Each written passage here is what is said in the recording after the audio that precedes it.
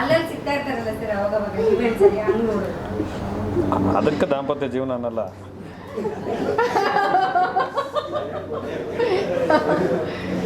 ನಿಮಗೆ ಮದುವೆ ಆಗಿದೆಯಾ? ಸೇಮ್ ಅಲ್ಲ, ಅವರು ಪಾಪ ಕೆಲಸ ಮಾಡ್ತಿರ್ತಾರೆ.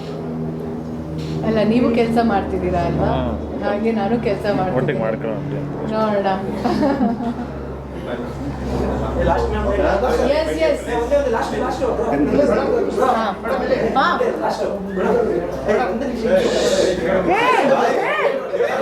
ಕೇಳಪ್ಪ, ಕ್ವಶನ್ ಕೇಳಿ. ರಿಲೀಸ್ ಆದಾಗ ಕಾಲಯ ತಸ್ಮೈ ನಮಃ ಅಂತ ಹೇಳಿದ್ರೆ ಮೀಟ್ ಆದ್ರ ಚೆನ್ನಾಗಿದ್ದಾರೆ ಸರ್, ಹೇಗೆ ಏನಾದ್ರು ಕೇಳಿದ್ರೆ? ಕಾಲಯ ತಸ್ಮೈ ನಮಃ ಅಲ್ಲ, ದರ್ಶನ್ ಸರ್ ರಿಲೀಸ್ ಆದಾಗ ಕಾಲಯ ತಸ್ಮೈ ನಮಃ ದರ್ಶನ್ ಸರ್ ರಿಲೀಸ್ ಆದ್ಮೇಲೆ ಯಾವ್ದು ಮೀಟ್ ಮಾಡಿದ್ರಾ, ಹೇಗಿದ್ದಾರೆ ದರ್ಶನ್ ಸರ್, ಹುಷಾರಾಗಿದ್ದಾರ ಅಂತ ಕೇಳಿ ಅಷ್ಟೇ.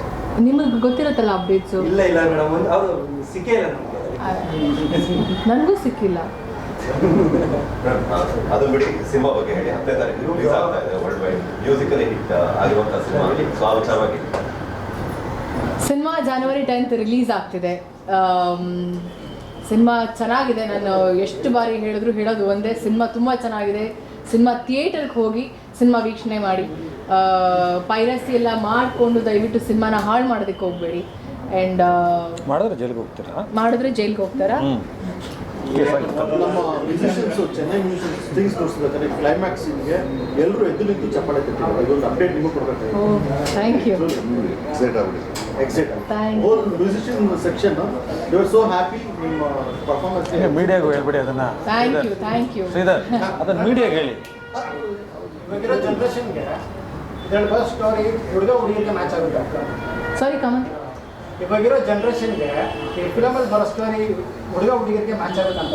ಖಂಡಿತವಾಗ್ಲು 100%. ಅವರು ಈ ಜನರೇಷನ್ ಹುಡುಗ ಹುಡುಗಿನೇ ಏನಪ್ಪ, ಅವರು ಈ ಜನರೇಷನ್ ಹುಡುಗ ಹುಡುಗಿನೇ.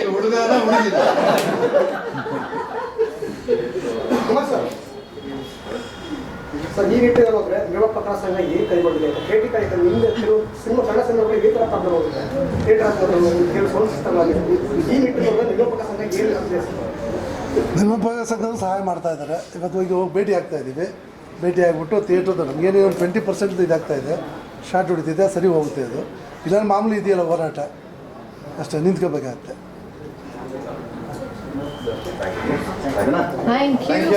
Thank you. ಅಂದ್ರೆ ನಾನು ವಯಸ್ಸಾಯ್ತು ಅಂದ್ಕೊಬಿಟ್ಟು ನಾವು ಕರೆಕ್ಟ್ ಸಾಕ್ಬಿಟ್ಟು ಸರಿ ಬರ